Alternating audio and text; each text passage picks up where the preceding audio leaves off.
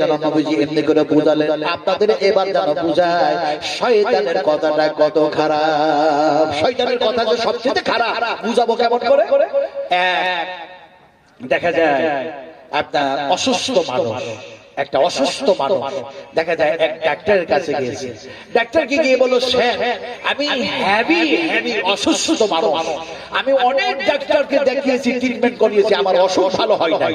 আপনি সবচেয়ে বড় ডাক্তার, ফলে যাতে করে আমার অসুখ ভালো হয় আপনি আমাকে ভালো করে ট্রিটমেন্ট করুন। এখন ডাক্তার কি করলো, আপনার প্রেশার মাপ করার জন্য যা করতে হয়, তারপরে দেখা যায় হাতটা ধরে দেখলো, তারপরে ইত্যাদি ইত্যাদি সব উপর দিক চেক করার পর আপনার কিছু ঔষধ লিখলো আর বললো, অমুক দিন অমুক তারিখে তুমি আবার এসো, কারণ তোমার ভিতরে, তোমার শরীরের ভিতরে যে পার্টস গুলো আছে ওগুলি কোন অবস্থায় আছে বুঝতে পারা যায় না, তো একটু পেশাব আর একটু যেন দেখা যায় পায়খানা, একটু মল আর মূত্র নিয়ে এসো। মল আর মূত্র আনতে বললো।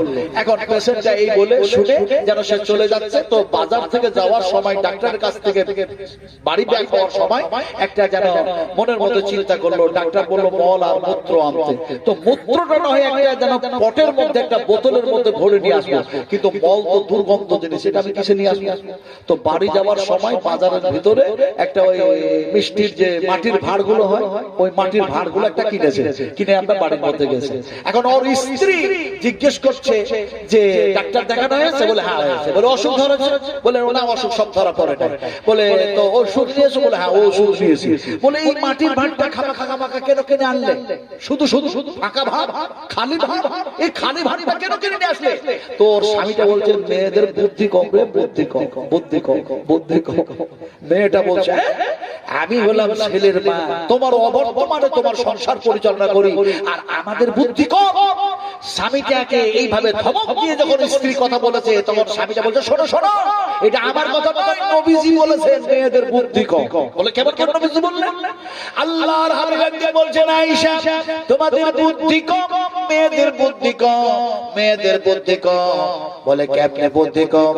দেখা যায় তাদের বুদ্ধি কম হওয়ার কারণে দেখা যায় এমনি করে একজন যদি সাক্ষী দেয়, বেটা ছেলে পুরুষেরা তাদের যেন সাক্ষী দেখা যায় একজন, কিন্তু মহিলারা কোনো কিছুর ব্যাপারে যদি সাক্ষী দেয় যেন ডবল যেন লাগবে, তবে সমতুল্য হবে।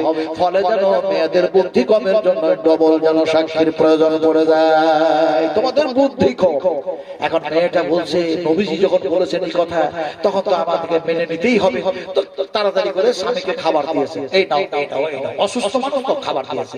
এখন এই খাবার খেতে খেতে খেতে খেতে ওই যে যাওয়ার তারিখ হয়েছে, সকালবেলায় যাবে, তাই ভোরবেলাতে টয়লেটে গিয়েছে।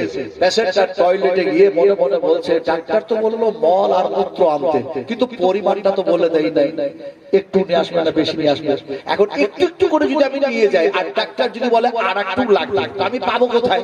কত ঝামেলায় পড়ার দরকার নাই। ও করলোটা কি, যতটা পেশাব হয়েছে একটা বোতলে সম্পূর্ণ ভরেছে, আর যতটা পায়খানা হয়েছে ওই নতুন মাটির ভাঁড়টাতে সম্পূর্ণ ভরেছে। ভরার পরে ওই মাটির ভাঁড়ের মুখে দেখা যায় একটা নতুন পেপার সাঁটায়া দিয়েছে, ওই মাটির ভাঁড়ের গলায় একটা সুতুলি দড়ি বেঁধে দিয়েছে। এখন কম্পাউন্ডারের কাছে নাম লেখাবে বলে সকালবেলায় এক হাতে মূত্র পেশাবের মানে বোতলটা আর এক হাতে ময়লার ওই ভাঁড়টা, দুইটা জিনিসকে হাতে করে নিয়ে যাচ্ছে। নিয়ে যেতে গিয়ে পাড়া প্রতিবেশীর মানুষেরা মনে মনে ভাবছে এই লোকটা মনে হয় কোনো আত্মীয়র বাড়ি যাবে, কুটুম বাড়ি যাবে, এটা প্রতিবেশীর যেন ধারণা। আর এদিকে যখন কম্পাউন্ডারের সামনাসামনি হয়েছে, কম্পাউন্ডার মনে মনে ভাবছে এই পেশেন্টটা তো সেই দিন এই ডাক্তারের কাছে এসেছিল, মনে হয় ডাক্তারের ট্রিটমেন্টে আর ওষুধে মনে হয় ভালো হয়েছে, তাই ডাক্তারের জন্য মনে হয় মিষ্টির উপহার নিয়ে আসছে। এটা হচ্ছে কম্পাউন্ডারের ধারণা। এখন দুটোই জিনিস নিয়ে গিয়ে কম্পাউন্ডারকে দিয়ে দিয়েছে। কম্পাউন্ডার এখন দেখা যায় ওটা পানির বোতল ভেবে মানে মূত্রর বোতলটাকে দেখা যায় নিচে রেখে দিয়েছে, আর মিষ্টির ভার ভেবে পায়খানার ভারটা ডাক্তারের চেম্বারের টেবিলের উপরে রেখেছে। এখন ডাক্তার ঠিক সময় এসেছে চেম্বারে, ডাক্তার এসে দেখা যায় যে আমার কম্পাউন্ডার কি করে দেখি তো পেশেন্টের নাম লেখালেখি নিয়ে সে ব্যস্ত। ডাক্তার বললো আর বিরক্ত করে লাভ নাই, একটা যেন ঘরের মধ্যে থেকে কর্মচারীকে ডাকলো আর ডাক্তার বললো এই মিষ্টির ভাঁড়টা বাড়ির দিকে পার করে দিল, চলে গেল বাড়ির দিকে। এমন সময় যেন দেখা যায় ওর স্ত্রী বলল ডাক্তার তো তাড়াহুড়ো করে যেন দেখা যায় চেম্বারে চলে গেছে, নাস্তা করে নাই, মনে হয় ব্রেকফাস্ট নাস্তা করবে, তাই মিষ্টি কিনে দিয়ে পাঠিয়েছে। তো ডাক্তার পরে খাবে। এখন ডাক্তার নি কি করেছে, গোসল টোসল করে ব্রেকফাস্ট নাস্তা করবে বলে খুলে তো দেখতে হয় কি আছে না আছে। এখন ডাইরেক্ট মিষ্টি বলে হাতটা যেন ভরেছে, দেখে পায়খানা উঠতেছে। ডাক্তারের স্ত্রী রেগে ফায়ার হয়ে গিয়ে দেখা যায় চেম্বারে গিয়ে বলছে, তুমি ডাক্তার না ফাক্তার? ডাক্তার বলছে কেন, কি হয়েছে? বলে সর্বনাশ হয়ে গেছে, তুমি মিষ্টির ভার পাঠিয়েছো না পায়খানার ভার পাঠিয়েছো? আসলে বলতে চাইলাম ওয়ালা তাত্তাবিউ খুতুওয়াতিশ শায়াতান ইন্নাহু লাকুম আদুউম মুবিন।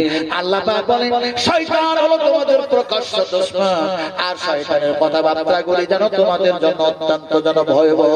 ফলে শয়তানের কথা মোতাবেক জীবন চালাবে না, জিন্দেগি চালাবে না, বরং আমি আল্লাহ যা সংবিধান দিয়েছি আমার নবীর থিওরি অনুযায়ী জীবন বাস্তবায়ন করবে। ইহকালটাও মঙ্গল হবে, পরকালটাও মঙ্গল হয়ে যাবে। কে দিল এটা টাকা? আসসালামু আলাইকুম। সরদার মানুষ বসে আছে, বয়োজ্যেষ্ঠ মানুষ। ৫,০০০ টাকা স্ত্রীর নামে, ওনার আব্বা আর মা সকলে আচ্ছা, ওই বাগডাঙ্গা মাঠে ৮ কাঠা জমিন দান করছেন। আলহামদুলিল্লাহ বলুন, আলহামদুলিল্লাহ। হাইয়াকাল্লাহ হাইয়াকাল্লাহ হাইয়াকাল্লাহ, বারাকাল্লাহ, জাযাকুমুল্লাহ খাইরাল জাযা। মোটামুটি ৪ লাখের উপর দাম,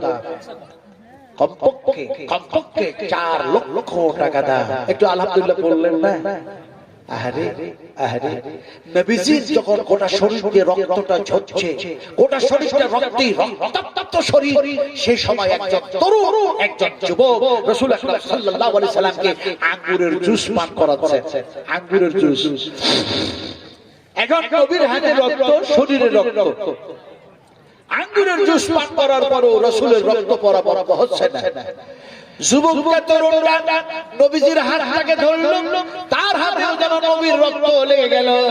সঙ্গে সঙ্গে যুবক ঘোষণা করে দিল, আশহাদু আল্লা ইলাহা ইল্লাল্লাহু ওয়া আশহাদু আন্না মুহাম্মাদান আবদুহু ওয়া রাসূলুহু। সেই জায়গাটা তখন ছিল পর্বত, যে জায়গায় রাসূলের হাতে হাত দিয়ে কালিমা পড়ছে রক্ত মাখানো অবস্থায়, সেই জায়গা ছিল পর্বত। এখন দেখা যায় পর্বত নাই, ওই যে জায়গাতে বাইত গিয়েছিলেন, কলমা পড়েছিলেন, সেই জায়গাতে বিশাল বড় এক মসজিদ নির্মাণ হয়েছে। মসজিদের নামটা অন্য কিছু দেওয়া হয় নাই, ওই যুবকের নামের নামে যেন মসজিদের নাম রাখা হয়েছে। আসলে সেই সাহাবীর নাম ছিল হযরত আকদাস। হযরত আকদাস রাদিয়াল্লাহু তাআলা আনহু। তায়েফের মাটিতে সেই মসজিদের একটা সাইনবোর্ড লেখা আছে, মসজিদ আকদাস, মসজিদ আকদাস। আমার ভাইরা আসলে বলতে চাইলেন সেই যুবক রাসূলকে সাহায্য করেছিলেন। ইনি যুবক না, ইনি হচ্ছেন একজন বৃদ্ধ মানুষ, সরদার মানুষ। আল্লাহ ঘর বানাবার জন্য, মসজিদ বানাবার জন্য কমপক্ষে ৪ লক্ষ টাকার জমিন আল্লাহ রাস্তায় দান করতেছেন। এটা মামুলি ব্যাপার নয়। তিনি দিয়েছিলেন রক্ত, আর আল্লাহর নবীর উম্মত যেন দিচ্ছেন রক্ত খাওয়ানো। দেখা যায় সেই টাকা পয়সা, জমি সম্পত্তি আল্লাহর পথে খরচ করছেন। আমি তার জন্য খাস দোয়া করব। মুসাফির মানুষ ৫,০০০ টাকা নগদে দিয়েছেন। স্ত্রী অসুস্থ আছে, স্ত্রী অসুস্থ আছে, পিতা মাতা হয়তো গত হয়ে গেছে, পিতা মাতা গত হয়ে গেছে।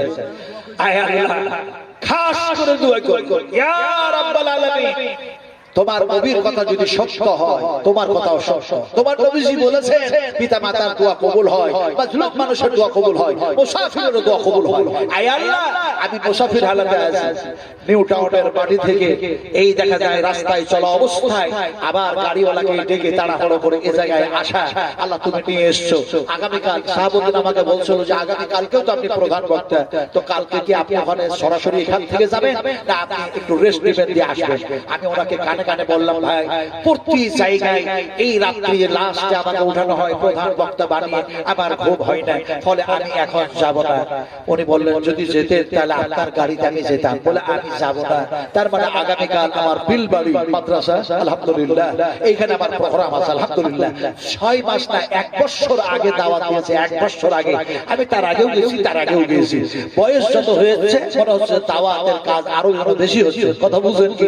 তো যাই কথাটা হচ্ছে যে আমি মুসাফির মানুষ, মুসাফির হালাতে আছি। আর আল্লাহ সুবহানাহু ওয়া তাআলা, আল্লাহর বড় কৃপা, আল্লাহর বড় দয়া যে আল্লাহ পাক যেন আপনাদের এখানে নিয়ে এসেছে। তাই আল্লাহর কাছে দোয়া করি, এই আল্লাহ ওনার যেন আম্মা আব্বা যে কবরে শুয়ে আছে, আল্লাহ সেই কবরটাকে নূরে মুনাওয়ার করে দাও, জান্নাতি লিবাস পরিয়ে দাও, জান্নাতি বিছানা বিছিয়ে দাও, জান্নাতি হাওয়া বইয়ে দাও। একটু জোরে বলেন আল্লাহুম্মা আমিন, একটু জোরে বলেন আল্লাহুম্মা আমিন। ওনার জন্য দোয়া করি, ওনার স্ত্রীকে আল্লাহ তুমি সুস্থতা দান করুন, কারণ তোমার ওয়াদা আছে তুমি অসুখ দাও, তুমি অসুখ ভালো করো। ফলে তোমার রাস্তায় তো এইভাবে খরচা করেছে, আল্লাহ নিয়তের দিকে দেখে আল্লাহ তুমি আশাটাকে পূর্ণ করে দাও। জোরে বলেন আল্লাহুম্মা আমিন। আল্লাহুম্মা মাগফির খাতায়ে কাবীরানা, আল্লাহুম্মা মাগফির খাতায়ে সগীরানা, আল্লাহুম্মা মাগফির খাতায়ে জাহিরানা, আল্লাহুম্মা মাগফির খাতায়ে বাতিনা। জোরে বলেন আল্লাহুম্মা আমিন। আর রব্বানা ওয়া'আদখিলহুম জান্নাতি আদনিল্লাতি ওয়া'আদতাহুম ওয়া মান সালাহা মিন আবাই। এরা আমিন আমিন করে না, দোয়া করছি ভাই, আমিন আমিন করুন। রব্বানা ওয়া'আদখিলহুম জান্নাতি আদনিল্লাতি ওয়া'আদতাহুম ওয়া মান সালাহা মিন আবাইহিম ওয়া আজওয়াজিহিম ওয়া যুররিয়াতিহিম ইন্নাকা আনতাল আজিজুল হাকীম। জোরে আল্লাহুম্মা আমিন। রব্বানা, হে আমাদের প্রতিপালক, ওয়া'আদখিলহুম জান্নাতি আদনিল্লাতি ওয়া'আদতাহুম, এই জান্নাতের মধ্যে সেই সমস্ত তাদের পিতা মাতা স্ত্রী ছেলে মেয়ে সলিহিন সলেহা যা আছে তারাকে ওই জান্নাতের মধ্যে ঢুকায় দাও। জোরে বলেন আল্লাহুম্মা আমিন, আর জোরে আল্লাহুম্মা আমিন। এত সুন্দর দোয়া। আমি শেষ দোয়াটা যেটা দিব কসম ওই আল্লাহ, শেষ দোয়া যেটা দিব, নবীজির কাছে যখন দুম্বা এসেছিল, উট এসেছিল জঙ্গে তাবুকের ময়দানে যাওয়ার সময়, সেই সময় রাসূল একটা দোয়া দিয়েছিলেন, যে দোয়াটা ইমাম বুখারী রাহমাতুল্লাহ আলাইহি বুখারী শরীফের মধ্যে কোট করে দিয়েছেন। সেই দোয়া আমি আপনাদেরকে দিব, শুধু খালি একটু আমিন আমিন করবেন। কথাটা বলতেছিলাম, উনি যেন এমনি করে অসংখ্য আল্লাহর প্রতি যেন ভয় ভীতি রেখে, নবীর সঙ্গে মহব্বত রেখে তিনি যেন 4 লক্ষেরও বেশি টাকা দান করলেন। আল্লাহর কাছে দোয়া করি, আল্লাহ তুমি বড় মেহেরবানি করে তিনাকে হযরত ওসমান, হযরত আবু বকর, হযরত আলী কাররামাল্লাহু ওয়াজহু, হযরত হাসান হুসাইন রাদিয়াল্লাহু তাআলা আনহুদের সঙ্গে জান্নাতের মধ্যে থাকার ব্যবস্থা করে দিও। একটু জোরে বলেন আল্লাহুম্মা আমিন, একটু জোরে বলেন আল্লাহুম্মা আমিন। ভাই কথা বলছিলাম যে আপনারা তো আরো অনেকে দিতে পারেন। এই দেখুন আমার হাত দুইটার দিকে দেখুন, আমি সব আমলের কথা বলবো না, কিন্তু না বললেও হয় না। কথা বুঝেন কি? নবীজি তাহাজ্জুদের নামাজ পড়েছেন, কি করেছেন, কি বলেছেন, তাও আয়েশাকে জানিয়েছেন। আমি কিন্তু সব কথা বলবো না। এই দুইটা হাত দেখেন, লক্ষ লক্ষ লক্ষ লক্ষ মানুষের মধ্যে দিয়ে বাইতুল হারাম কাবা শরীফের মধ্যে আল্লাহ যে কিভাবে আমারে নিয়ে চলে গেল, কোন জায়গায় নিয়ে গেল, নিচে দিকে একটা ছোট্ট মতো এরকম সিঁড়ি, খুব চ্যাপটা না, এরকম ছোট সিঁড়ি আছে নিচে, আর তার উপরে আছে সোনালী রঙের গেট, হাতিম বলা হয়, মুলতাজাম, মুলতাজাম। ওই যে সোনালী রঙের গেট মুলতাজাম, ওই গেটে চোখাটে একটু করে ধরলাম 2 হাত। নবীজি বলেছে এই জায়গায় হাত দিয়ে যা দোয়া করা হয় সে দোয়া আল্লাহর দরবারে কবুল হয়ে যায়। সুবহানাল্লাহ। তো সেই জায়গাতে কি বলেছি আমি ওটা গোপন কথা বলবো না আপনাদেরকে, যেটা চাওয়া আমি আল্লাহর কাছে চেয়েছি, আল্লাহ পাক অবশ্যই আমাকে দেবেন। আমার স্ত্রী তার একটা হাত, সে 2টা হাত দিতে পারে না, সেও যেন একটা হাত দিতে পেরেছে। সেইখানে কথাটা বলতেছিলাম আমার ভাইরা, আপনাদের এখানে যারা আপনারা যারা বসে আছেন, আপনারা এই আল্লাহর ঘর, এই মসজিদকে বানাবার জন্য যদি এখানে যতগুলো মানুষ বসে আছে 100 করে যদি টাকা হয় কাছে থাকে, 500 হোক, 1000 হোক, 2000 হোক, 5000 হোক, 10000 হোক, দিবেন আপনারা। কিন্তু 100 করে টাকা যদি আমার এই হাতটাতে দিতেন, অথবা 500 করে টাকা দিতেন এই আমার হাতটাতে, ইনশাআল্লাহ পারেন। যদি 50 টাকা হলো তাও হতো। জি হ্যাঁ, আলহামদুলিল্লাহ বলছিলাম আমার হাতে কে পারবে, উঠে আসেন যেতেন। আলহামদুলিল্লাহ। এই দেখেন একজন তরুণ, একজন যুবক, উনি জানেন আব্দুর রহমান আল সুদাইসকে যখন আলহামদুলিল্লাহ, ভালো আছেন? মাশাআল্লাহ, আলহামদুলিল্লাহ। হাসি মুখে কথা বলে নবীজি বলেছেন সাদকা সমতুল্য নেকি হয়ে যায়, সাদকা সমতুল্য নেকি হয়ে যায়। দেখুন এটা কত আছে? 20। হ্যাঁ, মসজিদে খুব টাকা দরকার আছে না? 50 50 পারা দেওয়ার মতো লোক, জি দেওয়ার মতো লোক একদম। কি নাম? আনিসুর রহমান। আনিসুর রহমান, আল্লাহ আল্লাহ আল্লাহ, কি সুন্দর নাম, আনিসুর রহমান। দেখুন আনিসুর রহমান ভাই, এখন কথাটা বলতেছিলাম যে আপনি 20,000 টাকা নিজে দিয়েছেন, আমি তো চাই নাই, এটা আপনি দিয়েছেন, আমরা কেউ চাই নাই। আল্লাহ কি চাইছেন দেখুন, আল্লাহ পাক বলছেন ইয়া আইয়ুহান নাস যুকুরু নি'মাতাল্লাহ।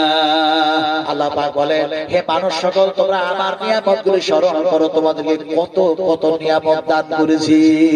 তারপর আল্লাহ পাক বলছেন আমার দিকে ছুটে আসো, আমার দিকে দৌড়ায় আসো, আমার রহমতের দিকে, আমার মাগফিরাতের দিকে আমি মাফ করে দেব, আর তোমাদেরকে সেই জান্নাত দান করব যে জান্নাতের জমিন ও আকাশের চাইতে বেশি প্রশস্ত। আল্লাহ পাক সেই কথা বলছেন। আনিসুর রহমান সাহেব কি বলছেন? ওয়াশারিউ ইলা মাগফিরাতিন মির রাব্বিকুম ওয়া জান্নাতিন আরদুহাস সামাওয়াতু ওয়াল আরদু উইদ্দাত লিল মুত্তাকিন। নবী যখন এই কথা বলছিলেন ছুটে আসো, 20,000 টাকা, 50,000 টাকা, একজন তরুণ, একজন যুবক বলছেন ফাইনা আনা ইয়া রাসূলুল্লাহ, বুখারী শরীফে বারবার ফাইনা আনা ইয়া রাসূলুল্লাহ, হে আল্লাহর রাসূল আপনি যে কথা শোনালেন, এখন আমার মনে হয় যে জিহাদের ময়দানে যায় আর শহীদ হয়ে যায়, তো আমি যদি জিহাদের ময়দানে গিয়ে শহীদ হই আমি যাব কোথায়? আপনি বলে দেন, বলে দেন আমি যাব কোথায়? ফাইনা আনা ইয়া রাসূলুল্লাহ, আমি শহীদ হয়ে মারা যাই, আমি যাব কোথায়? নবীজির মুখ দিয়ে বাইরে হলো কালা ফিল জান্নাহ, বেহেশতের মধ্যে চলে যাবে। খোরমা ফেলে দিল, খেজুর ফেলে দিল, বাড়ি ঘর ছেড়ে দিল, মায়া মমতা স্ত্রী যেন ভুলে গেল, জিহাদের ময়দানে গেল, শহীদ হয়ে গেল, নবীজির কথা মোতাবেক সে যেন জান্নাতে চলে গেল। আমার আনিসুর রহমান ভাই যদি নিয়তটা করে নেয় কিয়ামতের মাঠে হাসরের ময়দানে নবীজি আমার জন্য কান্না করবেন, মাকামে মাহমুদের সিজদায় পড়ে পড়ে, আর বলবেন উম্মত আনিসুর রহমান আসো আমার দিকে, আমার হাতের পানি পান করে নাও আর জান্নাতের মধ্যে চলে যাও।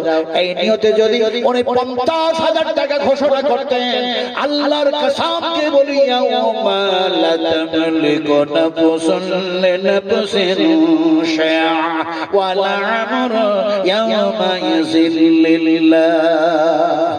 কেউ কাউরি যখন হবে না, কোন নফসের কোন কাজে আসবে না, আল্লাহর হুকুম ছাড়া কাউরি হুকুম চলবে না। আনিসুর রহমান ভাইকে আল্লাহ পাক 3টা কথা সেই দিন বলবেন, ওনার সঙ্গে কথা বলবেন, যে 3টা কথা বলবেন ওই কথা কিন্তু আমি শোনাবো, খালি উনি ঘোষণা করুন যে আমি 50,000 দিচ্ছি ইনশাআল্লাহ, আল্লাহ তোমার ঘরে দিচ্ছি, খালি ঘোষণা করলেই হবে। 3টা কথা কি ইনশাআল্লাহ? জি হ্যাঁ 50, হ্যাঁ 30 করে দাও, মানে কোরআনটা আছে 30 পারা, কথা বুঝেন কি? ঠিক আছে 30 করে দাও, 30 করুন, আলহামদুলিল্লাহ করুন 30। হ্যাঁ বসে বসে আনিসুর রহমান ভাই। আচ্ছা আল্লাহ কি কথাটা বলবেন? 3টা কথা। আমি কি মানুষকে ধোঁকা দিতে পারি? আল্লাহ যে 3টা কথা বলবেন, কি 3টা কথা?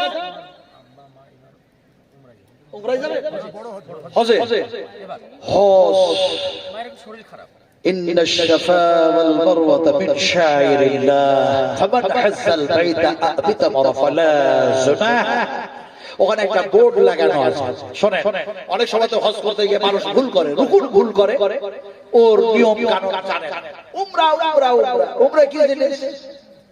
উমরাও করতে হয় আর হজও করতে হয়। আপনার যখন আমরা হজের আগে মাসেই যখন জুন মাসে গেলাম, তো দেখা যায় আমাদের সফরটা শুরু হয়েছিল মদিনা হয়ে, প্রথমে মদিনা, তারপরে দেখা যায় মক্কা পরে। তো আপনি যখন মক্কায় গেলেন, তো যাওয়ার পরে আপনার লজে যা থাকলো সব পৌঁছে যাবে, আপনি সরাসরি যাবেন, একেবারে ঢোকার চেষ্টা করবেন আবু জাহেলের ওই দিক দিয়ে, বিশ্বনবী মুহাম্মদ সাল্লাল্লাহু আলাইহি সাল্লামের বাড়ির দিক থেকে। নবীজির যে জায়গাতে বাড়িটা আছে, রুমে যেখানে নবী জন্ম নিয়েছিলেন, তার সেই ঘরটা থেকে আবু জাহেলের বাড়ি হচ্ছে মাত্র 100 মিটার দূরে, 100 মিটার। আর আবু জাহেলের বাড়ি থেকে বাইতুল হারাম কাবা হচ্ছে মাত্র 60 মিটার দূরে, কথা বুঝেন কি? তো আপনি ওই গেটটা দিয়ে নিচু দিক দিয়ে যাবেন, পুলিশেরা অনেক অনেক বাধা দিবে আপনাকে, এই দিকে যাও সেই দিকে যাও, হ্যাঁ যাও ত্যাগ যাও, এরকম করতে থাকবে। কিন্তু চালাকি করে আপনাকে ওই যেন দেখা যায় নিচুকার গেট দিয়ে ঢুকবেন, তাহলে একবারে যেখানে কালো হেজাব দিয়ে ঢাকা, গ্লাভ দিয়ে ঢাকা, আপনি সেইখানে যেতে পারবেন। কথা বুঝছেন কি না? আর যদি অন্য দিক দিয়ে লিফট দিয়ে উঠিয়ে দেয়, তাহলে আপনি মিডিলে, আপনাকে একবারে উপরে। এখন মিডিলে যদি তপ করে, একটা তপ করতে আপনাকে প্রায় যেন 3 ঘন্টা হাঁটতে হবে, 3 ঘন্টা।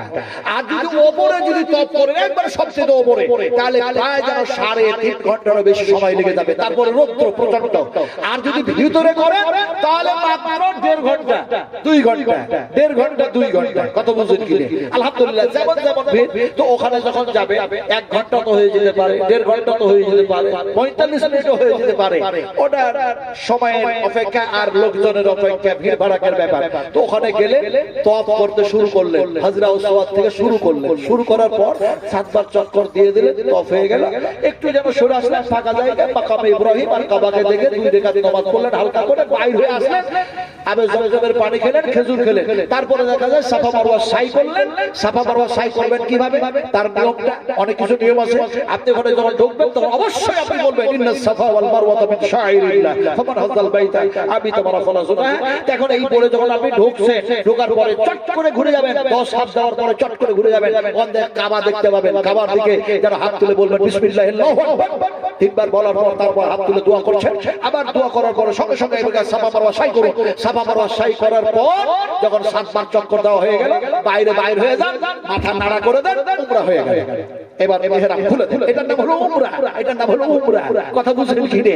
আর হজ কাকে বলে? হজ অত সহজ না, হজ অত সহজ না। আমার লজে অনেক মারা গেছে। এবার 54 ডিগ্রি তাপমাত্রা যেদিন আমরা কুরবানি দিচ্ছি, মানে আরফা থেকে মুজদালিফা, মুজদালিফা থেকে জাবরা, জাবরা থেকে মিনা, মিনা থেকে আবার যেন দেখা যায় তওফ জিয়ারা করার জন্য আবার যেন তওফ করতে যাওয়া সেই কাবাতে ইত্যাদি। যেন দেখা যায় কত যে হাজী মারা গিয়েছে, কত যে মরেছে, আমি কল্পনা করতে পারবেন না। আমার চোখ দিয়ে আমি যখন দেখেছি কান্না করতেছিলাম। আমার মজে যখন মারা গেল, আরে হজ হয়ে গেছে ভাই। তারপরে দিনে আমরা ইন্ডিয়ান মানুষ আসবো, দেখা যায় একই জাহাজে আসবো, একই বাসে আসবো, অথচ দেখা গেল তার স্ত্রী আসতে পেল, কিন্তু সে আসতে পেল না। হজ অত্যন্ত কঠিন, অত্যন্ত জটিল। যদি কেউ টাটকা জীবিত সাহাবা کرامদের ঘুম দেখতে চায়, তাহলে ওই 3 দিনে দেখতে পাবেন অনেক হাজির কাছে খাবার নাই, অনাহারে অনাহারে অনাহারে। যদি এতটুকু পানি আছে, হাজি যেন বলছে, মনে মনে মরে যাচ্ছে, ইশারা করছে আমাকে একটু পানি দাও, আমাকে একটু পানি দাও। তো ও হাজি নিজের জন্য একটু পানি রেখেছে, সেই পানিটা তাকে খাওয়াচ্ছে। সুবহানাল্লাহ, কি অবস্থা! তো যা কথা হচ্ছে, আমি বলতে চাইলাম যে ওনার আব্বা হজে যাচ্ছে, আব্বা এবং মা, হ্যাঁ আব্বা মানে মা। তো দেখা যায় আব্বা এবং মা দুজনেই যাচ্ছে। আল্লাহ পাক ওনাদের হজের সফরটাকে সহজ যাতে করে দেন এবং মুকাম্মাল কমপ্লিট সম্পূর্ণভাবে আরকান এবং রুকুন মাফিক যাতে হজ করার তৌফিক দান করেন। আল্লাহুম্মা আমিন। আর আল্লাহুম্মা আমিন। আমার ভাইরা, কথাটা বলতেছিলাম আপনাদের সামনে যে উনি 30,000 টাকা দিয়েছেন। আল্লাহর কাছে দোয়া করি, আল্লাহ, নানা নানি দাদা দাদি, তো আল্লাহর কাছে দোয়া করি, এই আল্লাহ তুমি কাল কিয়ামতের মাঠে হাসরের ময়দানে এই আল্লাহ এমনি করে তোমার আরশের ছায়া দান করবে, কিন্তু পুলসিরাত অত্যন্ত ভয়াবহ পথ, খুব কঠিন রাস্তা। এই আল্লাহ ওই পুলসিরাতটা তোমার দয়া দিয়ে, তোমার রহমতের গুণ দিয়ে তুমি পার করায় নিও। একটু জোরে বলেন আল্লাহুম্মা আমিন, একটু জোরে বলেন আল্লাহুম্মা আমিন। এনাদেরকে কি কথা আল্লাহ পাক বলবেন? আমার ভাই দিয়েছেন 4 লক্ষেরও বেশি টাকা, আবার যেন দেখা যায় আনিসুর রহমান দিয়েছেন 30,000 টাকা। এনারা কি বলবেন জানেন? সেই সমস্ত নেককার, সেই সমস্ত পরহেজগার, সেই সমস্ত মুমিন, সেই সমস্ত আল্লাহওয়ালা মানুষগুলোকে আল্লাহ পাক বলবেন 3টে কথা, উদখুলুহা উদখুলুহা উদখুলুহা, প্রবেশ করো প্রবেশ করো, উদখুলুহা বিসালামিন আমিন। সালাম শান্তি শান্তি শান্তি শান্তি, আমিন। আবার নিরাপত্তা আর নিরাপত্তা, নিরাপত্তা আর নিরাপত্তা, এই 3টে কথা যখন আল্লাহ পাক বলবেন আর তারা যখন জান্নাতের মধ্যে যাবে, যাওয়ার পরে তাদের মনের মধ্যে অনেক কিছু আশা জাগবে, অনেক আশা জাগবে। তার মধ্যে একটা মানুষ বলবে বলবে কি লাহুম মা ইয়াশাউনা ফিহা ওয়া লাদাইনা মাজিদ। আয় আল্লাহ, তুমি তো বলে দিয়েছো যা চাইবে তাই পাবে, জান্নাতের মধ্যে এসেছি ঠিক আছে, সব পেয়ে গিয়েছি, কিন্তু আমরা চাই আরো কিছু চাই। আল্লাহ পাক তাদের মনের কথা জানবেন, তারপর জিজ্ঞেস করবেন কি চাও কি চাও। ওরা বলবে আমাদেরকে হাল দাও, আমাদেরকে নাঙল দাও, মোষ দাও, গরু দাও, তোমার জান্নাতের মধ্যে চাষ করতে চাই। হাল বলেন না নাঙল বলেন আপনারা? হ্যাঁ, নাঙল বলেন, হাল বলেন না? কিন্তু কবি বলছে জয়নাল ধরে হাল, অভিনাশ কাটে ঘাস। কবি বলছে সর্বনাশ। কেমন হয়ে গেল সর্বনাশ? আরে জয়নালের নামটা প্রথমে আনলাম, সে হাল ধরবে আর অভিনাশ ঘাস কাটবে।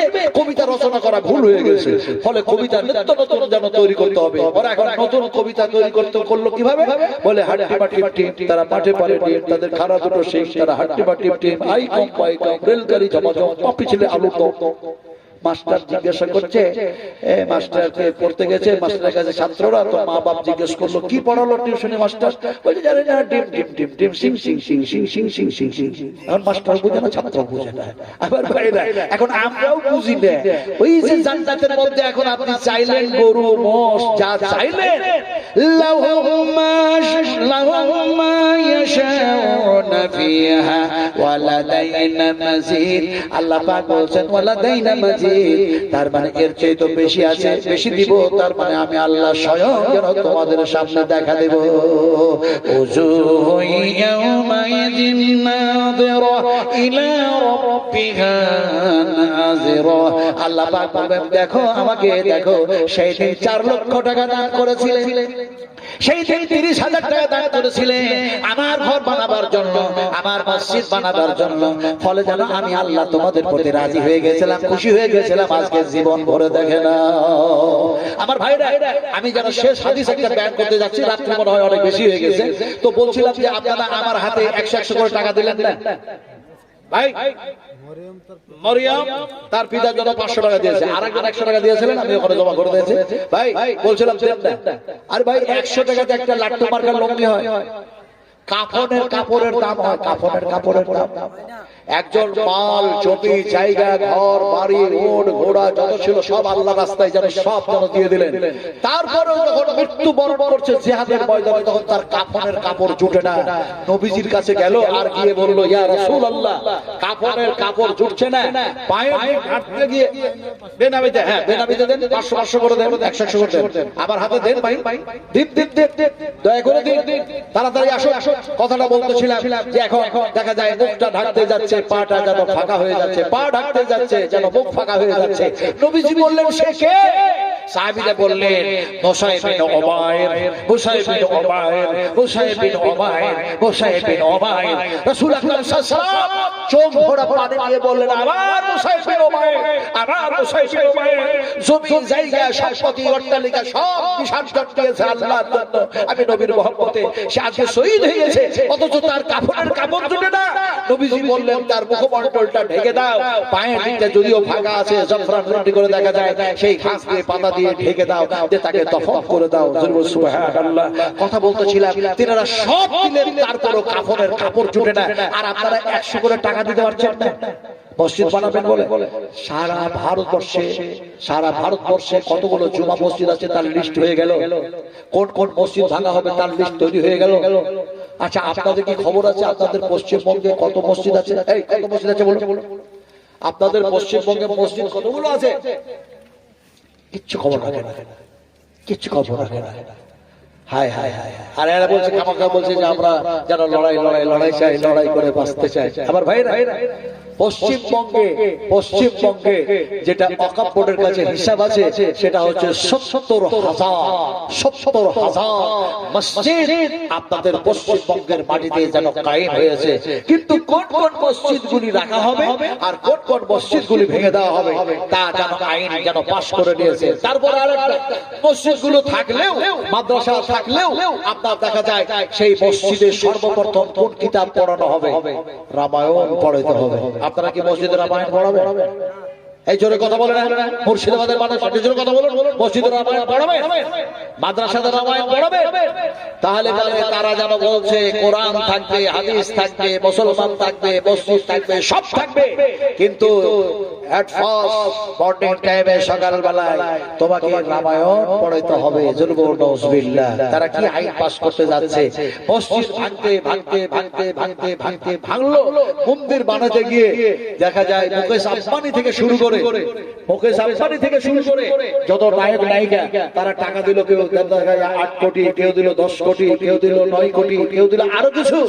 ডাক্তার জাকির নায়েক তাই পাকিস্তানের মাটিতে বলল, আমি আমার ক্যামেরা দিয়ে আমি কোনো দেখা যায় এমনি করে অন্য কিছু করি না, তবে আমি দাওয়াতের কাজ করি। যে ক্যামেরাটা হচ্ছে পৃথিবীর মধ্যে সর্বশ্রেষ্ঠ ক্যামেরা, যার দাম হচ্ছে 12 কোটি টাকা। 12 কোটি টাকা। এক মাস ধরে বক্তৃতা করলেন, অনেক দাওয়াতের কাজ করেছেন। তার মধ্যে পাকিস্তানের মাটিতে কি হয়েছে জানেন? কি হয়েছে? লাভটা কি হয়েছে? অনেক মিডিয়া, অনেক সাংবাদিক, ভারত থেকে অনেক নেতা নেত্রী তারা সেখানে গেল জাকির নায়েককে এখানে আনার জন্য, অনেক কিছু বলার জন্য। কিন্তু উনি বলেছেন যে আমি ভারতের মাটি, আমার জন্মভূমি আমি ভালোবাসি। কিন্তু ভারতের মাটি থেকে দাওয়াতের দাওয়া কাজ করা যত সহজ হয়েছে, তার চেয়ে বেশি ভালো হয়েছে, তত বিস্তার লাভ করেছে। সেখান থেকে আমি যেখানে ওখানে আছি, ফলে যেন ভারতের মাটিতে আমি যাব না। তবে যিনারা আমার বক্তব্য শুনেছেন অবশ্যই তারা মূল্যায়ন করবেন। এই কথা বলে যখন চলে গেলেন, তারপরে কাবাতে গিয়ে যখন তিনি কান্না করছেন, আল্লাহ তোমার দ্বীনের দাওয়াতের জন্য গিয়েছিলাম আমি পাকিস্তানের মাটিতে। তারপরে সংবাদ পৌঁছালো 1000 নয়, 2000 নয়, 10,000 নয়, 20,000 নয়, 25,000 নয়, 30 থেকে 32,000 নন মুসলিম ইসলাম কবুল করেছে। আলহামদুলিল্লাহ। আমরা আজকে কোথায় পড়ে আছি ভাই? আমরা আজকে কোথায় পড়ে আছি? আমরা সেই খবর রাখি না, সেইভাবে আমরা জাগ্রত নয়, আমরা আজও ঘুমন্ত। আজকে আমাদের পিছনে কি ষড়যন্ত্র চলতেছে? কোরআনকে পুরানো হচ্ছে, কোরআনকে শেষ করা হচ্ছে, মসজিদ ভাঙা হচ্ছে, আলেমদেরকে অ্যারেস্ট করা হচ্ছে, আলেমদেরকে যেন জেলখানায় ভরা হচ্ছে। কি যে অবস্থা চলছে!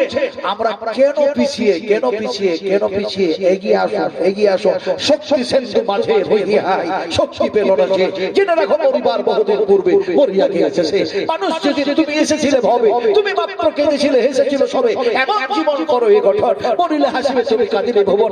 মর্দ জব তুম জগ মে আও, মর্দ জব তুম জগ মে আও, জগহ সোগে তুম রোয়ে, ऐसा करना कर चलोगे तुम हंसोगे जग रोए। আখলাক, আদর্শ, চরিত্র, কৃষ্টি, কালচার আমাদের এরকম হওয়া দরকার। আপনি যখন কবরে চলে যাবেন, আপনি আনন্দ করবেন, আপনার জন্য গোটা বিশ্ব দেখা যায় পৃথিবীর মানুষ যেন দুঃখ প্রকাশ করবে। এই লোকটা ছিল সলেহী, এই লোকটা ছিল যেন দেখা যায় মসজিদ বানানোওয়ালা, এই লোকটা ছিল ইত্যাদি ইত্যাদি ইত্যাদি। আমার ভাইরা কথা বলতে বলতে অনেক দূরে পৌঁছে গেছে, অনেক দূরে পৌঁছে গেছি। একটা লাস্ট হাদিস বলে শেষ করব। শেষ হাদিসটা হচ্ছে এই, আমার ড্রাইভার সাহেব হায় হায় ছেলেটা ক্লান্ত হয়ে গেছে, নাসিরউদ্দিন আমাকে বলছে, বলো না, আপনি তো বললেন জালসা নাই, কমিটি ফোন করে না, আর আপনি আবার এখন বললেন আবার যাওয়া লাগবে। তো সারাটা রাত জাগলাম, আবার সারাদিন মন গাড়ি চালাম, আবার যেতে হবে। বলে যেতে হবে ভাই, নাহলে বেলডাঙ্গার মানুষ ছাড়বে না, মানে একদম এটা শেষ করতে হবে, যেতেই হবে। তো ও আর মাগরিবের নামাজটা তাড়াহুড়ো করে পড়তে পারলো না। গাড়িটাকে একটু ধুলো ছিল, মানে পোছাপুছি শুরু করলো, কাজটা পোছাপুছি করলো, সঙ্গে সঙ্গে আমার গেটে লাগানোর পর বললো না, তাড়াহুড়ো করতে গিয়ে মাগরিবের নামাজ হয় না। বলে চলো গিয়ে পড়বো। আপনাদের এখানে নিচু তালাতে ও মাগরিব আর ইশা পড়লো, আমি ওপর তালাতে ইশার নামাজ পড়লাম। এত দ্রুত গতিতে মানে গাড়িটা ছুটিয়ে নিয়ে এসছে আজকে অত কিলোমিটার রাস্তা থেকে, যেখানে আমাদের আসতে সময় লাগবে আপনাদের এখানে 5 ঘন্টা সময় লাগবে, 5 ঘন্টা।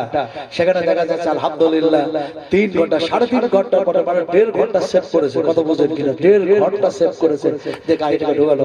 তো উনি আমাকে এখানে এসে বলছে, হাসতে হাসতে বলছেন যে বন্দে ভারত, আজকে গাড়ি এসছে বন্দে ভারত। আমি বললাম ভাই তুমি নিয়ে এসছো। আমি তাকে এখানে একটু যেন ফোনের মাধ্যমে বললাম যে আপনি একটু ফোন অল্প একটু টাকা 10,000 বেড়ে দেন, যদিও 15,000, যদিও 12,000, যদিও কি হয়, আমি কন্টেন্ট করি না। আমি শুধু বলি 70 বছরের বুড়ো মানুষ গাড়ি ছাড়া চলতে পারি না। এই যে ব্যাপার, এক বঙ্গ থেকে আরেক বঙ্গ, আরেক বঙ্গ থেকে আরেক বঙ্গ, আরেক বঙ্গ থেকে আরেক বঙ্গ। আমার 29 দেখা যায় এই মাসের 29 তারিখে যে প্রোগ্রামটা আছে, এত দূরে প্রোগ্রাম আছে। ওরাকে বললাম ভাই আমি তারাবি বলবো, নামাজ পড়বো ইত্যাদি। ওরা বললো হুজুর আপনি যদি না আসেন, আপনার বক্তব্য আমরা শুনছি ঠিক, কিন্তু চোখে না দেখলে তৃপ্তি হচ্ছে না, দয়া করে নেন। টাকা কত নেবেন? আমি বলি টাকার দরকার নাই, কিন্তু সবচেয়ে সমস্যা হচ্ছে সময়ের। আল্লাহ পাক যে সময়ের কসম খেয়েছেন, সময় রমজান, তার জন্য প্রস্তুতি নিতে হয়, শুধু জালসা করে বাড়ানো হবে না, প্রস্তুতি নিতে হবে। সাহাবায়ে কেরামরা প্রস্তুতি নিয়েছেন। মুমিনের কাজই হচ্ছে আগে থেকে প্রস্তুতি নেওয়া ভালো কাজের জন্য। ওনারা ছাড়লেন না। এত দূরে প্রোগ্রাম, সেটা হচ্ছে আপনার জায়গাটা হচ্ছে দুবরিঘাট, আপনার ফকিরগঞ্জ। কথা বুঝেন কিনা? বিজেপি সরকারের এলাকা। কথা বুঝেন কিনা? আলহামদুলিল্লাহ। ওনারা বলেছেন যে আপনি যেভাবে আসতে চান, আপনি টাকার জন্য চিন্তা করবেন না। আলহামদুলিল্লাহ। তো ভাই আমার সোনাটুরা, লাস্ট হাদিস বলে আমি শেষ করতে যাচ্ছি, যেহেতু রাত্রি 12টা বাজতে যাচ্ছে। লাস্ট হাদিসটা কি ভালো করে শোনো। বিশ্বনবী, আপনাদের জানা থাকলো আমি আরো সুন্দর করে বলি আপনাদের। বিশ্বনবী মুহাম্মদ রাসূলুল্লাহ সাল্লাল্লাহু আলাইহি ওয়াসাল্লামের সামনে একটি মানুষ, দেহাতি মানুষ কোথা থেকে যেন আসলেন, এসে বললেন ইয়া রাসূলুল্লাহ, আপনি এত ওয়াজ করবেন, এত কথা শোনাবেন, অত তো আমল করতে পারবো না, কিন্তু যাতে করে উত্তম আমল করে আল্লাহর নৈকট্য লাভ করতে পারি, জান্নাত লাভ করতে পারি, সেই ধরনের কিছু আমলের কথা আপনি বলে দেন, কর্মের কথা বলে দেন। আল্লাহর হাবিব সে সবাই বলেন, এই আল্লাহর বান্দা, এই আল্লাহর বান্দা, এই আল্লাহর বান্দা, এক আল্লাহর সঙ্গে শিরক করো না, এক আল্লাহর সঙ্গে শিরক করো না, এক আল্লাহর সঙ্গে শিরক করো না, ইন্নাশ শিরকা লা যুলমুন আযীম। খবরদার আল্লাহর সমতুল্য কাউকে বানায়ও না। এই আল্লাহর বান্দা, 2 নম্বরের কথা নবী বলেন, এই আল্লাহর বান্দা, এই আল্লাহর বান্দা, এমনি করে ফরজ সিয়াম, ফরজ সালাত ছেড়ে দিও না, ফরজ সালাত, ফরজ সিয়াম ছেড়ে দিও না, ফরজ নামাজ, ফরজ রোজা ছেড়ে দিও না। 3 নম্বরে নবীজি বললেন, যাকাত দাও বন্ধ করো না, যাকাত দাও বন্ধ করো না, যাকাত দাও বন্ধ করো না। নবীজি 3টি কথা বলে শেষ করেছেন।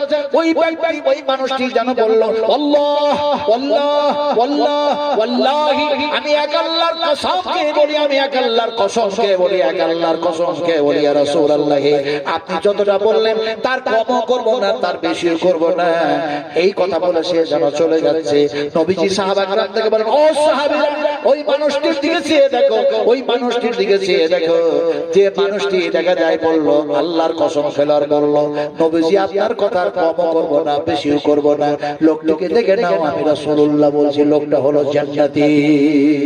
সুবহানাল্লাহ।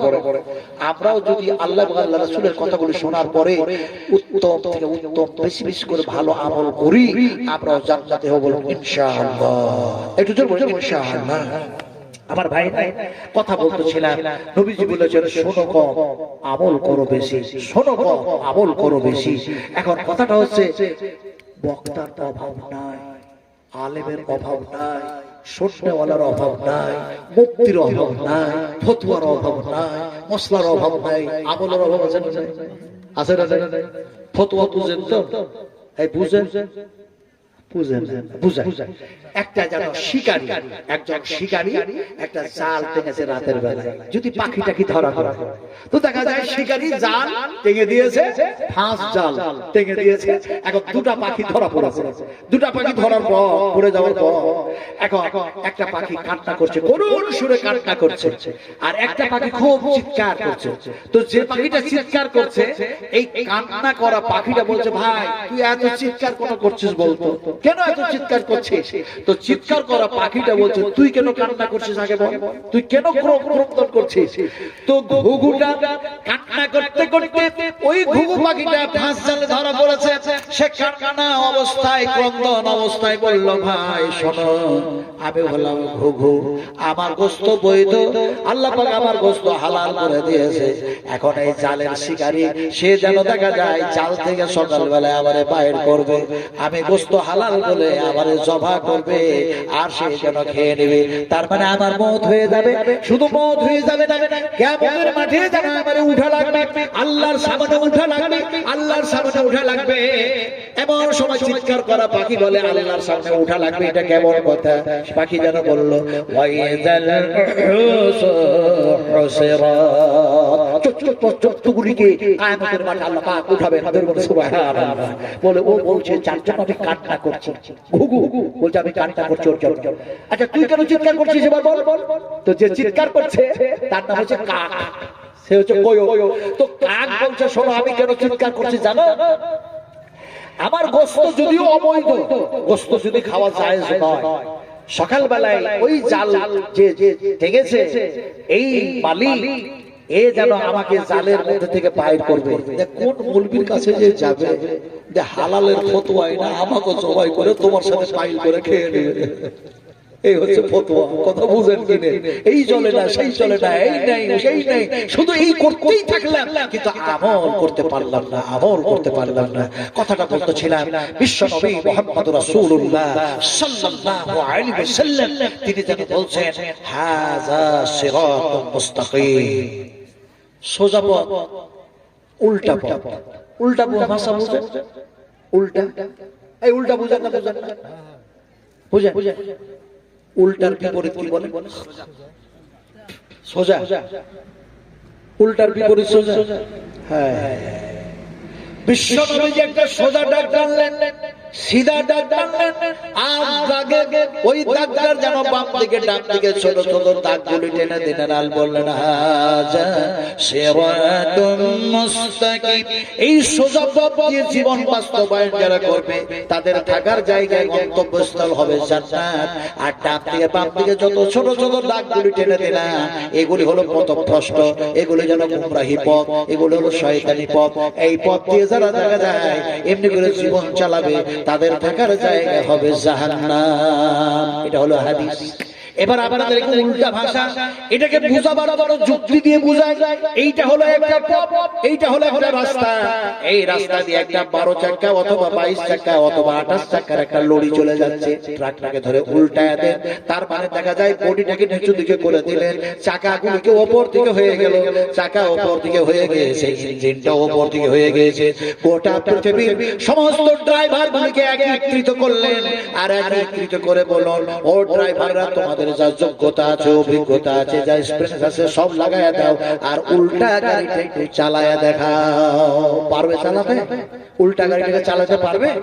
কিন্তু যারা কোরআন মাহফিল জীবন চালাবে না, আল্লাহর সংবিধানের দেখা যায় পক্ষে যারা চলবে না, কোরআনের পক্ষে চলবে না, যারা উল্টা চলবে, যেন দেখা যায় আল্লাহ পাক কিয়ামতের মাঠে সেই সমস্ত গুনাহগার পাপাচারদেরকে আল্লাহ পাক উল্টায় দিবেন। উম্মাহাতুল মুমিনিন মা আয়েশা সিদ্দিকা রাদিয়াল্লাহু তাআলা আনহা হাদিসটা বয়ান করছেন।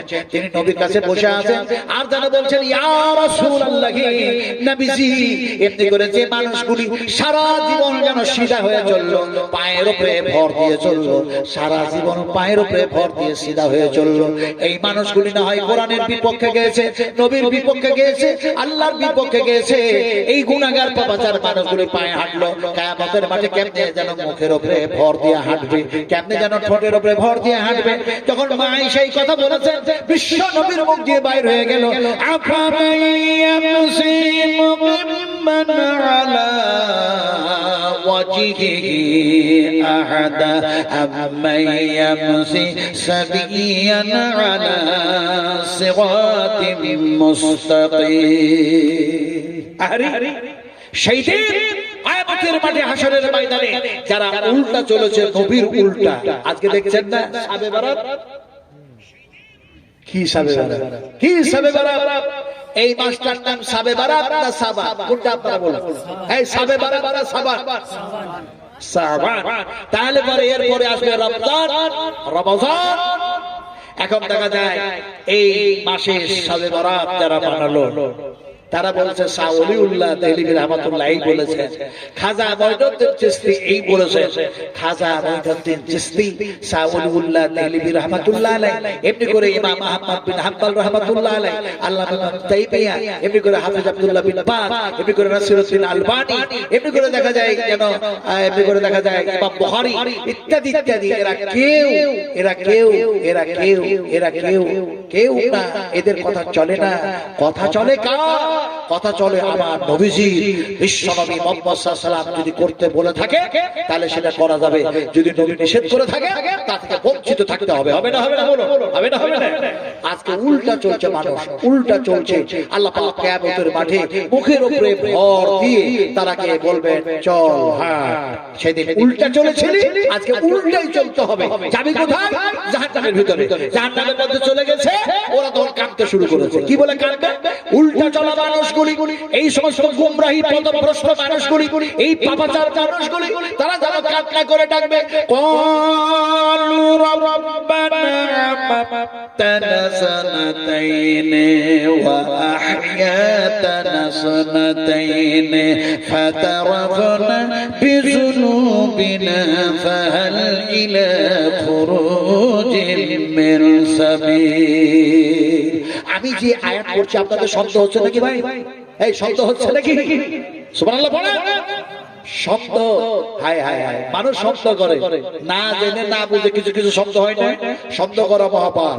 আমি একদিন রাজারহাটের নিউ টাউনে বক্তব্য রাখছি, তো ওসি সাহেব আসলেন, তার নাম হলো জামালউদ্দিন। আর যেদিন আপনাদের বেলডাঙ্গায় বম মারামারি হয়, বম্পরাবাড়ি হয়, ওই রাত্রে ছিলাম আপনাদের কি বলে মির্জাপুর নাকি একটা জায়গা আছে, কথা বলে ওইখানে আমি ছিলাম একটা মাদ্রাসায়। দেখা যায় ডাক্তার সাহেব আরো অনেকে সব সভাপতি মঞ্চে বসেছিলেন, আমাকে বললেন হুজুর মারাত্মক অবস্থা। তখন বাজে রাত্রি 11:30। আমাকে বললেন যে এই সময় আপনি বক্তব্য শেষ করুন। দেখি যেন কিছু কিছু মানুষ রক্তাক্ত, গাড়ি ভাঙা অবস্থায়। আমার গাড়ি কেমনে যাবে? ড্রাইভার বলছে যাওয়া লাগবে না, আমাকে বলছে না আপনাকে যেতে হবে না, না কিছু কথা বুঝেন কিনে। তারপরে আমাকে যাওয়া লাগবেই, যেহেতু এই ভারতবর্ষের মাটিতে দেখা যায় 2100 থেকে 2200 যে মাদ্রাসার স্টাফ, শিক্ষক স্টাফ, সেই মাদ্রাসাটা হচ্ছে দারুল দেওবান্দ। দারুল দেওবান্দে গোটা বিশ্বে কাজ করছে 10 কোটিরও বেশি মানুষ, 10 কোটিরও বেশি মানুষ। সেই মাদ্রাসার শাখা, ওই মাদ্রাসার আমি সভাপতি। রিয়াজুল উলুম যে মাদ্রাসা 100 বছরের বেশি প্রাচীন পুরাতন মাদ্রাসা। তা আমি ওখানকার মানুষকে বলবো আমাকে যাওয়া লাগবেই, যেতেই হবে, না গেলে হবে না। কারণ আমি আসি আর যাই, আমার মাথার উপরে অনেক চাপ। ওনারা বললেন হুজুর আপনি যাবেন কেমন করে? এর মধ্যে দিয়ে আলহামদুলিল্লাহ ওনারা 5-7 জন মোটরসাইকেল নিয়ে হাই রোডে যখন আসতেছে, দেখা যাচ্ছে এক জায়গায় তো 5টা সব দাঁড়িয়ে আছে। কথা বুঝলেন কি? ওনারা বললেন নাজবুল্লাহ হুজুর আছেন, নাজবুল্লাহ হুজুর আছেন। ওরা সব ওই লোকগুলোকে বকতে শুরু করলো, এই ধরনের একটা মানুষকে তোমরা এই রাত্রে নিয়ে আসলে কেন? কেন নিয়ে আসলে? ওরা বললো এই ব্যাপার। ওরা আবার ওখান থেকে আরো 4 জন মোটরসাইকেলে চাপলো, 9 জন মানুষ হলো। কথা বুঝেন কি? যেমন করে হোক এটাকে পার করতে হবে। একটা যেন ওই দিকে অনেক দূরে, ওই দিক দিয়ে রোডে যেন হাই রোডে উঠিয়ে দিলেন, আর বললেন আপনি পৌঁছানোর পর একবার আমাদেরকে ফোন করবেন, কারণ আপনাকে বড় পার করতে হবে। আলহামদুলিল্লাহ সুবহানাল্লাহ, যে যে জায়গায় বাধা প্রাপ্ত হয়েছিলাম, যখনই দেখা যায় নাম বলল, সব মানুষ চিনে যে এই মানুষটা তো সেই ক্যাটাগরির মানুষ যিনি কোরআনের তাফসীর করেন, হাদিস থেকে আলোচনা করেন, নবীর কথা আলোচনা করেন। সেই মানুষটা আজকে এই দিনে বিপদে পড়েছে। আলহামদুলিল্লাহ আল্লাহর যত মদদ সাহায্য, একদিকে মানুষের মদদ আর সাহায্য ছিল, পেয়ে গেছিলাম। আজকেও আল্লাহ পাক এখানে পৌঁছে দিয়েছেন। ওয়াল্লাহি আমি নাজবালা একটার বেশি প্রোগ্রাম করি না। কেউ কেউ হয়তো মনে করবে যে নাজবালা মনে আর একটা জালসা করে এখানে আসলো। আল্লাহর কসমকে বলছি একটির বেশি জালসা করি না। অনেকেই বলে হুজুর আমাদের এই জালসাটা এই টাইমে করে দেন, বলে 1 কোটি টাকা দিলেও করবো না, 1 কোটি টাকা দিলেও করবো না। দেখছেন না মুমতাজকে, দেখছেন না খাতির মোহাম্মদকে, 30,000 টাকা দাও, 25,000 টাকা দাও। ইয়াসিন বলছে আগেই 25,000 টাকা পাঠাও, আর ভাই চ্যালেঞ্জ করতে হবে, বলছেন না? জীবনের জিন্দগিতে কখনো আগে টাকা নেই নাই, কিন্তু আজকে এমন অবস্থা হয়েছিল আমার কাছে টাকা ছিল না। যার জন্য হাইবুর রহমান ভাইকে বলেছিলাম 10,000 টাকা আপনি মেয়েরা দেন দয়া করে, নইলে আমার পথ অতটা খুঁজে বলি নাই, শুধু বলেছিলাম 10,000 টাকা মেয়েরা দেন, এর জন্য আপনি ক্ষমা প্রার্থী। আপনারা আমাকে মাফ করবেন, ক্ষমা করবেন। টাকা কিচ্ছু না। আল্লাহ পাক অতরদুকু মাত্তাশা বেগাইরি হিসাব। আল্লাহ পাক যাকে যখন বেহিসাব যেন নিয়ামত দিয়ে থাকে, বেহিসাব যেন সম্মান দিয়ে থাকে, সেটাই হচ্ছে বড় কথা। টাকা বড় কথা নয় ভাই। এখনই মারা যায়, কোথায় যাবো বলো না? সাদা কাপড় পরে 2.5 হাত জায়গায় যাওয়া লাগবে। কি হবে? আমি মানুষটা মানুষ থাকবো? এই আমরা মানুষটা মানুষ থাকবো কি? থাকবো। তাহলে কি হবে? মিনহা খালাকনাকুম ওয়া ফিহা নুঈদুকুম ওয়া মিনহা নুখরিজুকুম তারাতান উখরা। আরে এত সুন্দর মানুষ, এই মানুষটাকে আল্লাহ পাক মেরে দিলেন, মাটিতে মিশিয়ে দিলেন, আবার মিশানো মাটি থেকে তারা উখরা আবার দুইবার আল্লাহ পাক সৃষ্টি করবেন। সুবহানাল্লাহ। এমন সময় দেখা যায় আমি মানুষটা গিয়ে কি জবাব দিব? আমার মনের মধ্যে খুব ভয় হয়। আজও পর্যন্ত একটা গাড়ি কিনতে পারলাম না। মানুষ 15,000 টাকা দিলে 13,000 টাকা গাড়ির পিছনে খরচা হয়। তেল নিয়ে, মোবিল নিয়ে, টোল নিয়ে, খাওয়া দাওয়া নিয়ে। এক কাপ চা খেতে গেলে আমার 10 টাকা লাগে, ড্রাইভারকে খাওয়াতে গেলে 20 টাকা খরচা হয়।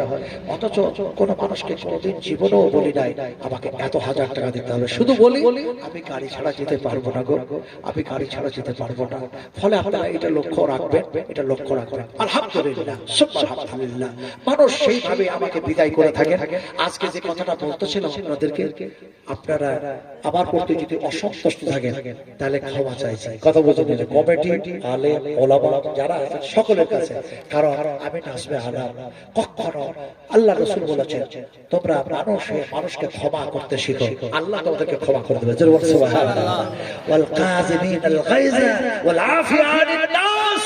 আল্লাহ পাক বলেছেন যারা রাগকে কন্ট্রোল করে, মানুষকে ক্ষমা করে, আমি আল্লাহ তাআলাকে মহব্বত করি। ওয়াল্লাহু ইউহিব্বুল মুহসিনিন। আল্লাহ পাক বলেছেন ওরা ভালো মানুষ, আমি আল্লাহ মহব্বত করি। বুখারী শরীফ হাদিস না বলে শেষ করতে পারছি না। বুখারী শরীফ হাদিস, বিশ্বনবী মুহাম্মদ সাল্লাল্লাহু আলাইহি ওয়াসাল্লাম বলেছেন আল্লাহ যে বান্দাকে ভালোবাসেন হযরত জিবরিলকে ডাকেন, আর ডাকার পরে বলেন এই জিবরিল আমার কাছে আসো। জিবরিল বলেন ইয়া রাব্বুল আলামিন কেন ডাকলেন বলুন? আল্লাহ পাক বলেন আমার ওই বান্দাকে ভালোবাসি, ওই বান্দিকে ভালোবাসি। এই জিবরিল তুমি ওকে ভালোবাসতে শুরু করে দাও।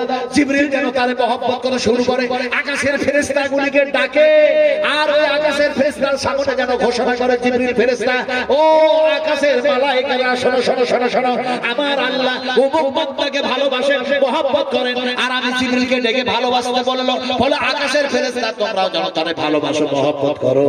সঙ্গে সঙ্গে যেন আকাশের ফেরেশতারা তারে মহব্বত করতে শুরু করে দেয়। ওয়াল্লাহু ইউহিব্বুল মুহসিনিন। আর আল্লাহ পাক যাকে মহব্বত করেন, ভালোবাসেন, জিবরিলকে ডাকে, আর আল্লাহ পাক বলেন একে আমি ভালোবাসি না, তুমি একে মহব্বত করো না। জিবরিল বলে আমি মহব্বত করি না। আকাশের ফেরেশতাকে বলে ও আকাশের ফেরেশতারা আল্লাহ বান্দাকে মহব্বত করে না, ফলে আমিও মহব্বত করি না, তোমরা মহব্বত করো না। আল্লাহ হচ্ছেন আমাদের জন্য যথেষ্ট। আল্লাহ হচ্ছে আমরা বান্দা। আমরা আল্লাহর কি একটু জোরে কথা বলো, একটু জোরে কথা বলো, বেলডাঙ্গার মানুষেরা বলো আমরা আল্লাহর কি বান্দা। আলাইহিসসালামু বিকাফিন আবদাহু ওয়া ইউখাব্বিফুনাকা বিল্লাযী মিন দুনিহি। আল্লাহ পাক বলছেন আলাইহিসসালামু বিকাফিন আবদাহু, আমি আল্লাহ কি তোমাদের জন্য যথেষ্ট নয়? আমার বান্দা বান্দীদের জন্য কি যথেষ্ট নয়? নিশ্চয়ই আমি আল্লাহ পাক হলাম যথেষ্ট, আমি আল্লাহ পরিপূর্ণ। ফলে দুনিহি তোমরা আমাকে বাদ দিয়ে কাউরে দরবারে যেও না। সামনে পাথর চাপড়ি আছে, খবরদার পাথর চাপড়ি যাবেন না, খবরদার যাবেন না। কোন গাছের কাছে, কোন পীরের কাছে, কোন দরবেশের কাছে, কাউরে কাছে কিছু চাইবেন না। আল্লাহ পাক যেন বলেন উদুনি আস্তাজিব লাকুম, তোমরা আমাকে ডাকো, তোমাদের ডাকে সাড়া দিব। তোমরা আমার কাছে চাও, আমি আল্লাহ তোমাদের অভাব মোচন করে দেব। তোমরা আমার কাছে ক্ষমা চাও, তোমাদের জিন্দেগীর গুনাহ মাফ করে দেব। ফলে আমরা আল্লাহ ছাড়া কাউরে গোলামি করব না, বলে ইনশাআল্লাহ। মসজিদকে ভালোবাসো। মসজিদ হচ্ছে সবচেয়ে উত্তম জায়গা, আপনারা জানেন। কিন্তু এরপরেও দেখা যায় জমিনে যত মসজিদ আছে, মসজিদে নববিয়া থেকে, মসজিদে বাইতুল হারাম থেকে, মসজিদে আকসা থেকে, মসজিদে আরো দুনিয়াতে অনেক মসজিদ আছে, কিন্তু আরেকখানা মসজিদ আছে, কোথায় আছে আপনারা বলুন তো? বলে বাইতুল মামুর এবং একটা মসজিদ আসমানের উপরে আছে যেখানে ফেরেশতারা নামাজ পড়ছেন। জরুর সুবহানাল্লাহ। ওই বাইতুল মামুর আছে কোথায়? আসমানের উপরে আছে কোথায়? কোথায় আছে? নবীজি বললেন এই পৃথিবীটা দেখো, আর এই পৃথিবীর মধ্যস্থলটা হচ্ছে যেন কাবা। কাবার সামনে আসমানে যে জায়গা আছে, কাবার সামনে বাইতুল মামুর আছে। কাবাকে দেখবেন, এই কাবা যেন হচ্ছে বাইতুল মামুরের যেন একটা নকশা। এবং বুখারী রাহমাতুল্লাহ আলাইহি নিয়ে এসেছেন। এখন দেখা যায় ওই বাইতুল মামুরের সামনে আরেকখানা জায়গা আছে, তার নাম হলো যেন দেখা যায় এমনি করে সিদরাতুল মুনতাহা। আরেকখানা জায়গা আছে আরশে আজিম, আরেকখানা জায়গা আছে, জায়গাটার নাম হলো লৌহে মাহফুজ। লৌহে মাহফুজে কি আছে বলেন? এই কি আছে বলেন? কোরআন। কোরআন দেখা যায় মসজিদে, লাইব্রেরিতে, মাদ্রাসায়, বাড়িতে, এমনি করে বিভিন্ন জায়গায় অগণিত কোরআন। কিন্তু একটি কোরআন যে জায়গা আছে সেই জায়গার নাম হচ্ছে লৌহে মাহফুজ। আল্লাহ পাকের এই কোরআনের শক্তি আছে, মসজিদের শক্তি আছে, মুসলমানের শক্তি আছে, নবীর শক্তি আছে, ছিল, আছে, ভবিষ্যতেও থাকবে। ফলে এই কোরআনের হেফাজত যিনি করবেন তার নাম কি? আল্লাহ সুবহানাহু ওয়া তাআলা। আর খামাখা ওই কি যেন আমাদের ভারতের প্রধানমন্ত্রীর নামটা কি ভালো, হ্যাঁ কি নাম? না আমি ওটা বলবো না, কেটলিওয়ালা। চাওয়ালা, হ্যাঁ ঠিক বলেছেন, কেটলিওয়ালা। কত যে মিথ্যা কথা বলতে পারে। বলছে এক হাতে কম্পিউটার আর এক হাতে কোরআন দেখতে চাই। মুসলমানদের সংখ্যালঘুদের এক হাতে কম্পিউটার আর এক হাতে যেন কোরআন দেখতে চাই। তো এক হাতে কম্পিউটার দেখতে চাও, এক হাতে কোরআন দেখতে চাও, তুমি কেন এই কথা বলবে? এই কথা তো এক সময় বলেছিলেন তিনি এই দেশের সবচেয়ে বড় অঙ্কে, বড় র্যাঙ্কে একজন মুসলিম, তিনি বলেছিলেন আমি মুসলিম। আর মুসলিমদের হাতে আমি এক হাতে কোরআন, এক হাতে কম্পিউটার দেখতে চাই। শুধু এই কথা বলে থেমে যাই না, মানুষের কাছে টাকা চেয়ে নিজের সম্পত্তি সবকিছু লাগায়া মুসলিম ইউনিভার্সিটি, আলিগড় ইউনিভার্সিটি বানিয়েছেন, যার নাম হচ্ছে স্যার সৈয়দ আহমেদ। তোমার মতো কাযযাব না, তোমার মতো মিথ্যুক না।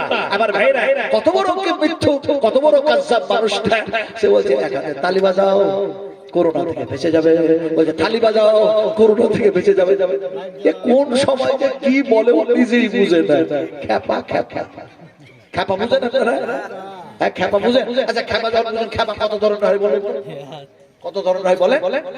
অনেক হয় না। খ্যাপা হয় দুই ধরনের, একটা হয় পুরো ম্যাট, একেবারে ম্যাট, আর একটা খ্যাপা হয় কোন সময় ঠিক বলছে, কোন সময় ভুল বলছে, কোন সময় ঠিক বলছে, কোন সময় ভুল বলছে। কথা বলে এই হয় দুই ধরনের খ্যাপা। আমি বুঝাবো কেমন করে, উদাহরণ দিয়ে বুঝাই। এই দিকে একটা খ্যাপা দাঁড়িয়ে আছে, ন্যাংটা, আর এই দিকে একটা খ্যাপা দাঁড়িয়ে আছে গামছা পরে। হ্যাঁ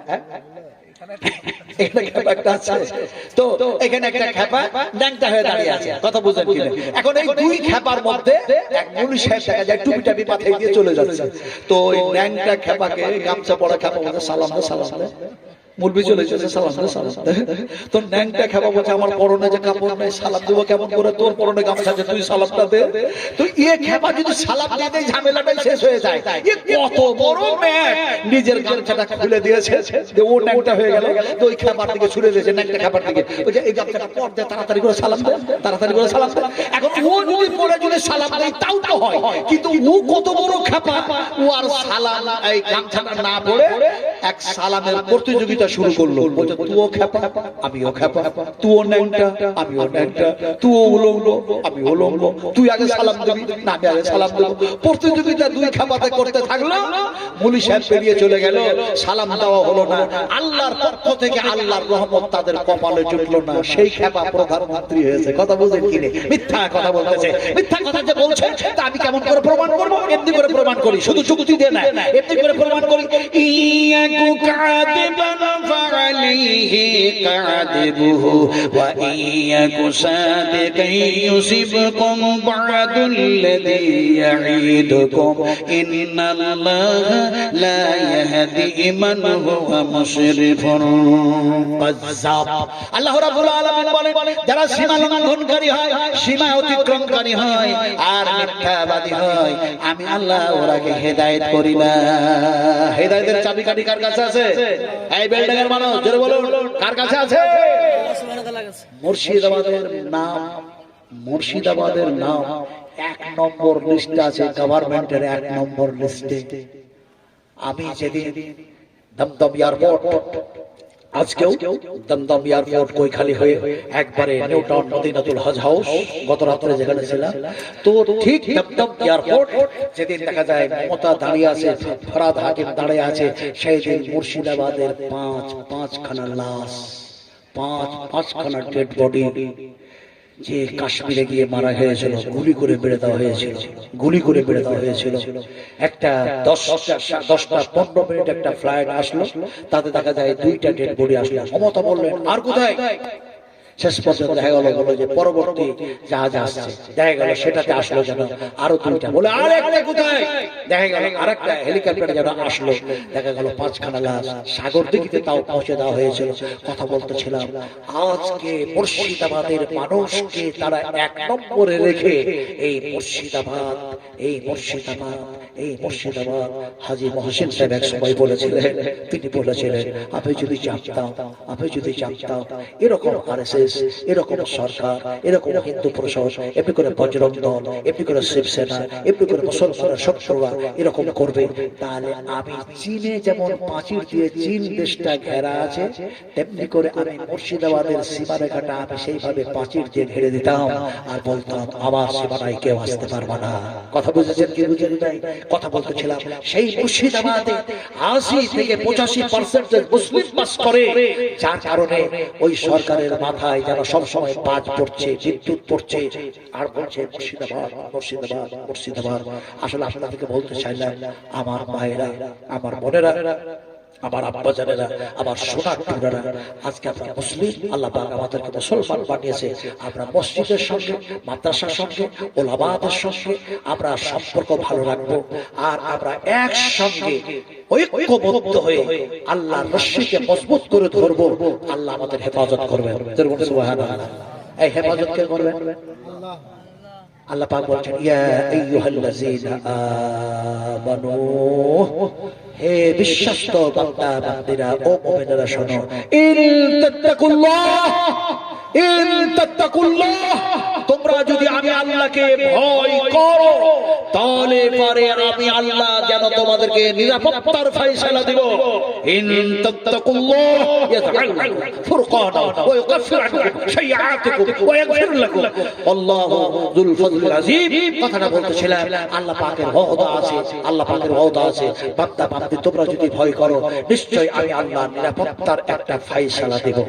আমি যদি পাই, আল্লাহ পাক যদি কখনো নিয়ে আসে, নিরাপত্তার ফয়সালাটা কিভাবে দিবেন আমি যথাযথ কোরআন হাদিস থেকে আলোচনা করব ইনশাআল্লাহ। তবে আজকে আমি পারলাম না, কথা হচ্ছে আমার ড্রাইভার মিস কল দিতে শুরু করেছে, কথা বুঝেন কিনা, রাত্রি 12টা অতিক্রম করেছে ঘড়ির কাঁটা, ফলে আর বলবো না। আল্লাহর কাছে দোয়া করি, হে আল্লাহ তুমি আমাদেরকে ভালো রাখো, সকলকে ভালোবাসো, আর এই আল্লাহ আমাদেরকে জান্নাতে যাওয়ার জন্য আল্লাহ সবচেয়ে উত্তম আমল করার তৌফিক দান করে দাও। আল্লাহ আমাদের জানিত অজানিত, সাগীরা কাবীরা, প্রকাশ্য গোপনীয় সব ধরনের ভুল ত্রুটিগুলো তুমি মার্জনা করে দাও, তুমি খণ্ডন করে দাও। ইয়া রাব্বুল আলামিন, ইয়া আরহামার রাহিমিন, ইয়া গফুর রহিম। আমার হাতে যিনারা টাকা পয়সা দিলেন, এমনি করে 100, 200, 1000, 2000 করে, আয় আল্লাহ এমনি করে 30,000, এমনি করে 4 লাখ ইত্যাদি ইত্যাদি, যে যেভাবে দিয়েছেন, তার পূর্বে যারা দিয়েছেন, আল্লাহ তুমি সকলকে কবুল করে নাও, সকলের দানকে সদরে গ্রহণ করে নাও। আয় আল্লাহ বিশ্ব নবীজি মুহাম্মদ সাল্লাল্লাহু আলাইহি সাল্লামের হাতের পানি পান করে আমাদেরকে জান্নাতে যাওয়ার তৌফিক দান করে দিও। আয় আল্লাহ আমরা নবীকে দেখি নাই, নবীজিকে জান্নাতের মধ্যে দেখতে পাই, রাসূল আকরাম সাল্লাল্লাহু আলাইহি ওয়াসাল্লামকে সঙ্গে করে নিয়ে আল্লাহ তোমার দিদার যাতে লাভ করতে পারি সেই তৌফিক দান করে দেবেন।